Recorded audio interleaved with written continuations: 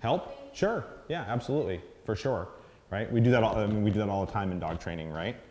They, as professional trainers, frequently, for instance, challenging physical tasks like leash pressure work and things like that, we'll frequently do them for a client. There's certain things that I'll have a client do because they don't require as much practice. And then there are other things that are a little more technical and they're not interested in becoming dog trainers. Like if you're interested in becoming a dog trainer to some degree, or you have more than a casual interest in dog training, then it's helpful for you to learn to do the processes yourself because this may not be your last dog and all those sorts of things. But if you're lack confidence in the beginning, having somebody help out with it that knows what they're doing. Ideally, the dog has a relationship with the person, right?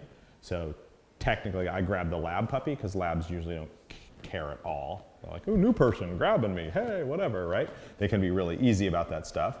But there's a big difference between submitting to handling with your person or someone you have a relationship with you and submitting to handling from a stranger. So make sure whoever does the handling drills on the dog has a relationship with the dog. Very important.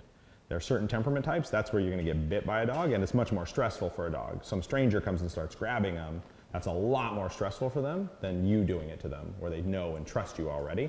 So you do have to be careful about having people that the dog does not have a relationship with put pressure on the dog. Yeah, Amanda? Mine's the opposite. She won't let me touch her paws, but she'll let anyone else. Well, that's a Majority of the time, right? You saw that? that's a big problem. we will address this. So it's a relationship-based problem, right? And so the dog's learned that she can get out of it with you, right? And so she may not have that compunction with other people, but she's learned the same with running from you. We're talking about in your private, the running away from you when she knows she wants you to come.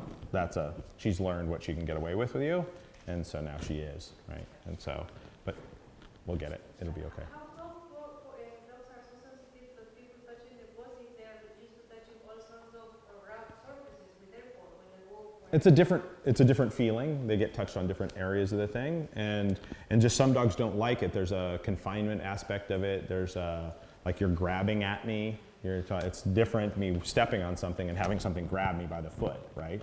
Which is what you're doing. So it's just from a perspective. And like certain types of dogs, so again, Malinois, the breed that I keep, frequently do not like their feet messed with, right?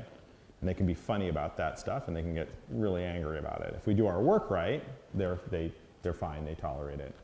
If we miss doing that work, you take a 2-year-old Malinois that people didn't do handling drills with and you go try to trim their toenails, have fun, right? It's not gonna be fun, right? It's gonna be muzzles and people laying on top of the dog and all kinds of madness because they'll fight you hard.